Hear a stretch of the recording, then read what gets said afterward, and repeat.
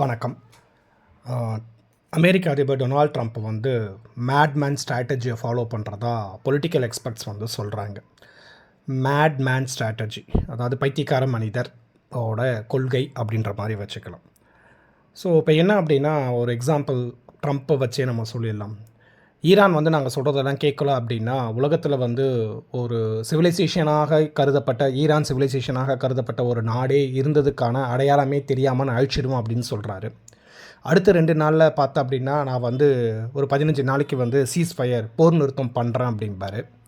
So திரும்ப வந்து இது வந்து திரும்பவும் நான் போர் தொடுப்பேன் அப்படிம்பாரு கேட்கல அப்படின்னா. ஸோ கான்ட்ரவர்ஷியல் ஸ்டேட்மெண்ட்ஸ், போரை நிறுத்துகிறோம்பாரு, போரை ஸ்டார்ட் பண்ணுறம்பாரு. ஸோ பொலிட்டிக்கல் எக்ஸ்பர்ட்ஸ் என்ன பண்ணுறாங்கன்னா, இந்த சீஸ்ஃபயர் கூட, இந்த போர் நிறுத்தம் கூட வந்து ஃப்ரெஜைல் சீஸ்ஃபயர் தான், தற்காலிகமானதான், இது வந்து நிரந்தர தீர்வெல்லாம் எதுவுமே தரப்போகிறது இல்லை அப்படிங்கிறாங்க. ஸோ டொனால்ட் ட்ரம்ப்போட எக்ஸ்ட்ரீம் சுச்சுவேஷன் 2 வகை. ஒன்று வந்து போர், இன்னொன்று வந்து திடீர்னு சாஃப்ட் கார்னர் எடுக்கிறது. நான் அந்த நாட்டே சுத்தமாக அழிச்சிடுவேன் அப்படின்னு சொல்கிறாரு.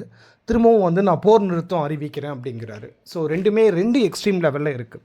ஸோ எக்ஸ்ட்ரீம் சுச்சுவேஷனுக்கு அவர் போயிட்டுருக்கிறாரு. இது இப்போ நேட்டிங் கிடையாது. டொனால்ட் ட்ரம்ப் வந்து 2வது தடவை அமெரிக்க அதிபராக பதவியேற்றதுலேருந்து அவரை வந்து ப்ரெடிக்ட் பண்ண முடியல அப்படின்னு பொலிட்டிக்கல் அப்சர்வர்ஸ் வந்து சொல்கிறாங்க. ஸோ அதுக்கு இந்த பொலிட்டிக்கல் அப்சர்வர்ஸ் வந்து ஒரு தலைவராக இருக்கிறவங்கள ப்ரெடிக்ட் பண்ண முடியல அப்படின்னா அதுக்கு பேர் தான் மேட்மேன் தியரி அப்படிங்கிறாங்க. இது எங்கேருந்து உருவாக்கப்பட்டது இந்த மேட்மேன் தியரி அப்படின்னா, ரொம்ப பழைய ஹிஸ்ட்ரியில் நோண்டணும் அப்படின்னா கோல்ட் வார் டைமில் தான் உருவாக்கப்பட்டது. 1949 சம்திங் அதில் தான் உருவாக்கப்பட்டது. இதுக்குன்னு ப்ராப்பர் டெஃபினேஷன்லாம் எதுவும் கிடையாது. எந்த ஒரு ஸ்காலரோ இல்லை எந்த ஒரு பொலிட்டிக்கல் பண்டிட்ஸோ வந்து மேட்மேன் தியரி அப்படின்றதுக்கு ஒரு ப்ராப்பரான டெஃபினேஷன்லாம் எதுவுமே தரல. ஆனால் மேட்மேன் தியரி ஸ்மார்ட் மூவா அப்படின்னு கேட்டால் கண்டிப்பாக கிடையவே கிடையாது. This is not at all a smart move. This is one of the, எப்படி சொல்கிறது அப்படின்னு தெரியல, அந்த வார்த்தை என்னால் உபயோகிக்க முடியல. அது வந்து ஸ்மார்ட் மூவ் கிடையாது. ஸோ இதில் 2 விஷயம் அந்த மேட்மேன் தியரியில். ஒன்று வந்து ஒன்று ப்ரெடிக்ட் பண்ணவே முடியாது. நீ அடுத்தது என்ன பண்ண போகிற அப்படிங்கிறது, என்ன பேச போகிற அப்படிங்கிறது எதுவுமே தெரியாது. செகண்ட் வந்து எந்த எக்ஸ்ட்ரீம் லெவலுக்கும் அவங்களால போக முடியும்.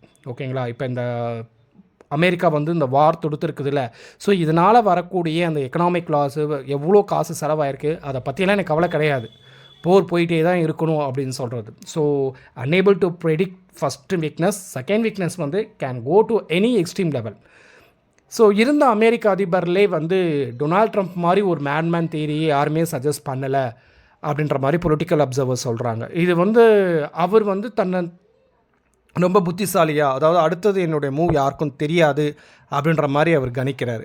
பட் பொலிட்டிக்கல் அப்சர்வர் சொல்கிறதுனா, ஒரு தலைவருக்கு உகந்ததா இந்த ஸ்ட்ராட்டஜின்னு பார்த்தோன்னா கண்டிப்பாக கிடையாது.